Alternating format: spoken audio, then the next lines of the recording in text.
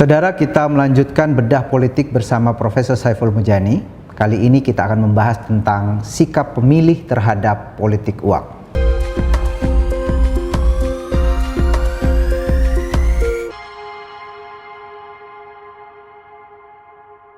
Profesor Saiful, sering sekali saya mendengar komentar dari media, teman-teman aktivis macam-macam yang skeptis terhadap pemilihan umum di Indonesia.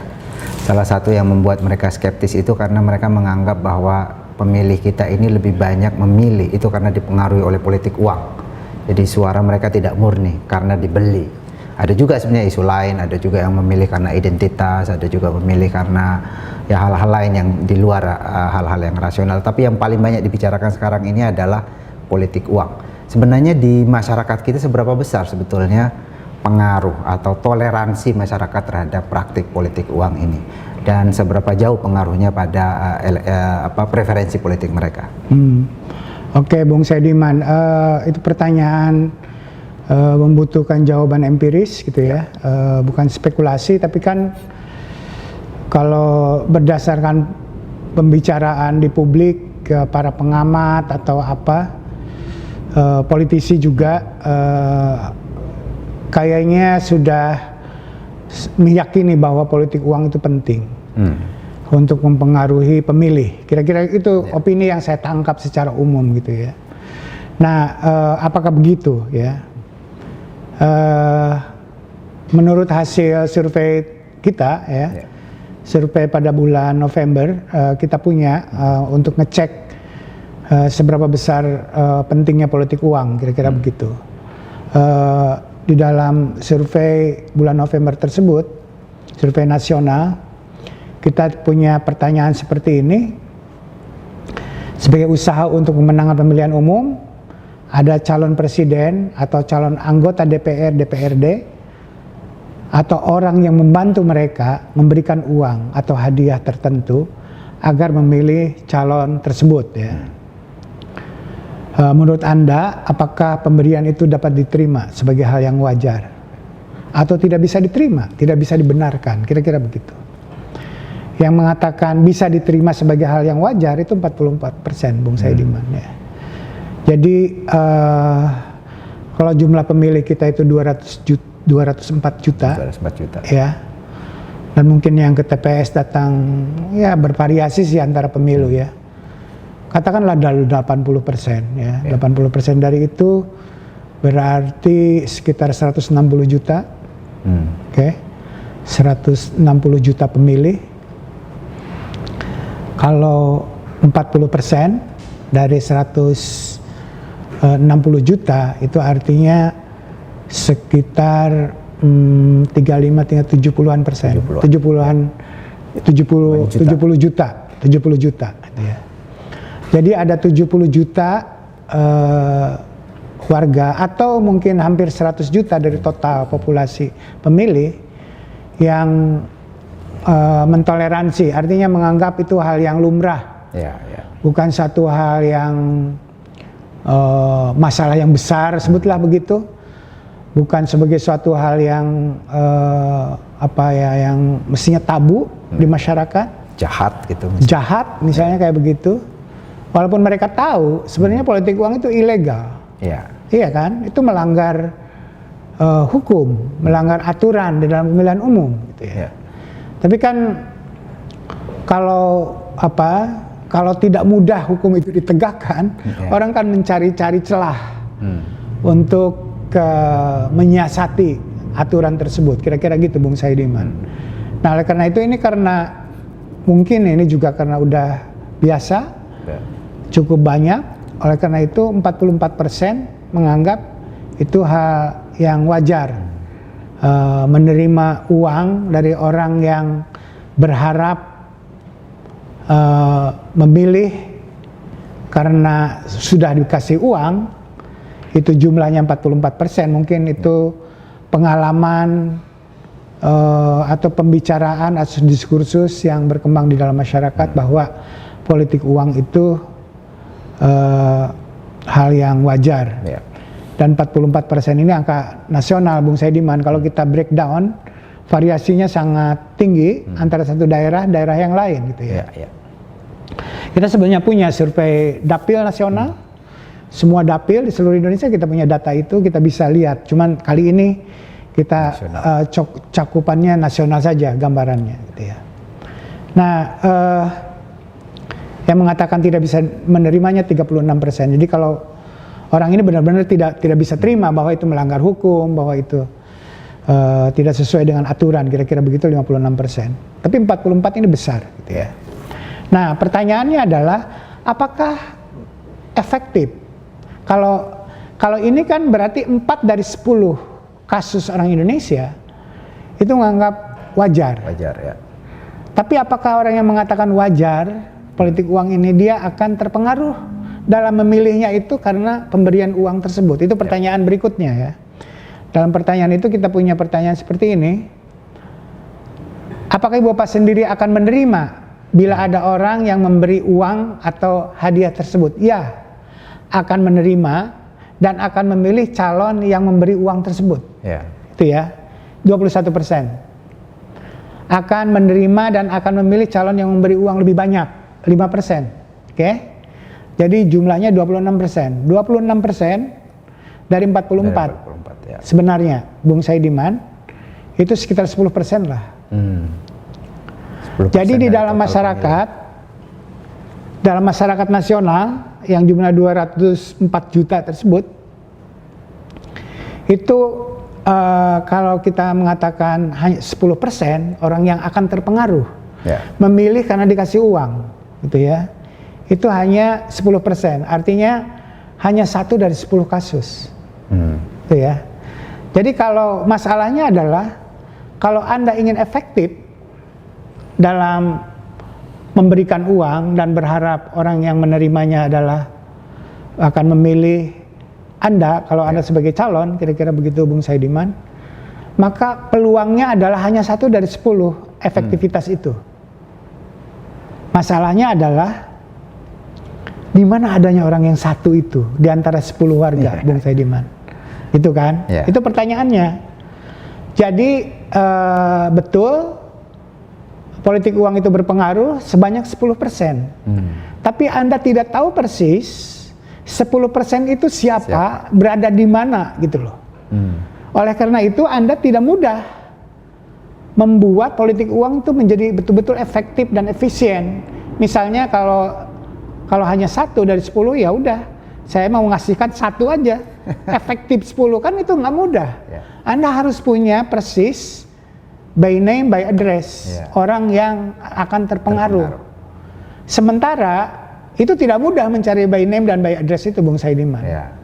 Oleh karena itu kemudian politik uang ini kecenderungannya menurut saya, dugaan saya, kenapa itu jadi heboh politik uang ini, yang sebetulnya efektivitasnya itu hanya 1 dari kasus 10%, itu karena mereka tidak tahu persis siapa yang betul-betul bisa dipengaruhi dan siapa dan berada di mana. Kira-kira begitu Bung Saidiman. Jadi kalau nyebar akibatnya 10, akibatnya adalah para pelaku politik uang ini dia akan menghambur-hamburkan uangnya. Jadi mahal. Mahal. Itu yang membuat pemilu mahal. Untuk dapatkan 1 suara efektif dari politik uang, Anda harus memberi 10. Iya kan? 10 amplop efektif 1. Kemungkinannya 1 ya. Kemungkinannya, itu Bung Saidiman. Itu yang membuat mahal, gitu ya. Nah jadi politik uang ini tadi ya ada 44% memang yang toleran, udahlah tidak mempersoalkan halal dan haramnya begitu. Tidak memperhatikan hukum, tidak memperhatikan rasa malu kayak begitu. Kalau dikasih ya kasih aja, tapi belum tentu memilih. Yang memilih dari 10 kasus hanya 1. Oke, jadi 10% dari 100%, kira-kira begitu Bung Saidiman. Nah oleh karena itu yang membuat, karena untuk mengadres yang 1 tersebut itu tidak mudah, maka kecenderungan para politisi penyebar politik uang ini menjadi kayak spekulan. Ya kan? Dia menyebar uangnya banyak, ya dapat 1 gitu loh. Oleh karena itu politik uang menjadi mahal dan belum tentu efektif, kira-kira begitu. Dan Anda bayangkan kalau semua calon itu melakukan hal yang sama. Ya. Jadi katakanlah partainya ada 20 gitu kan, yang betul-betul punya kemampuan untuk melakukan politik uang, sebutlah ada 5 partai gitu ya. Ya. 5 partai, jadi satu orang itu dari yang 10 tersebut punya Dibagi-bagi. punya penghasilan dari 5 partai kan. Semuanya karena tadinya semua berspekulasi. Untuk mendapat target 1 dia sebar 10. Ya kan? Jadi orang 10 ini ya dapat dari 5 partai. Ya kan, kira-kira kayak begitu. Ya, Nah, ya, jadi nah, ada yang mengatakan tadi akan milih yang ngasihnya lebih banyak. Itu jumlahnya lebih sedikit lagi, Bung Saidiman. Hanya 5% dari 44 gitu ya. Itu hanya berapa? Hanya 1%. Orang yang mempertimbangkan uangnya lebih banyak, misalnya Anda ngasihnya misalnya 100.000, sementara saya ngasihnya 50.000, ya akan milih Anda. Itu hanya 1% orang seperti itu. Susah banget itu mencarinya juga kemana itu orang seperti itu gitu. Tapi ya tadi, karena kondisinya seperti ini, ingin efektif, orang-orang yang berpolitik dengan politik uang ini itu akan menyebar uang, dan dia tahu, kok kenapa saya udah menyebar tapi nggak dapat suara, kira-kira begitu kan?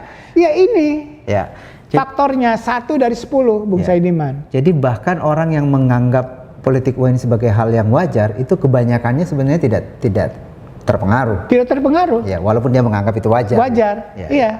Umumnya mayoritasnya mereka nggak memilih karena uang. Walaupun uangnya mungkin uangnya diterima. Ya. Seperti banyak politisi bilang kan, saya ingat Prabowo bilang ambil terima uangnya gitu, tapi milih urusan kamu, kan gitu loh. Itu mayoritas di antara orang yang mentoleransi politik uang, mayoritasnya mengatakan oke, uang diambil, tapi milih jangan nuntut gue. Siapa yang tahu di kotak suara? Emangnya kamu ikut? Mungkin caranya seperti apa kita tidak tahu. Tapi itulah kira-kira opini di masyarakat bahwa 44% masyarakat mentoleransi politik uang.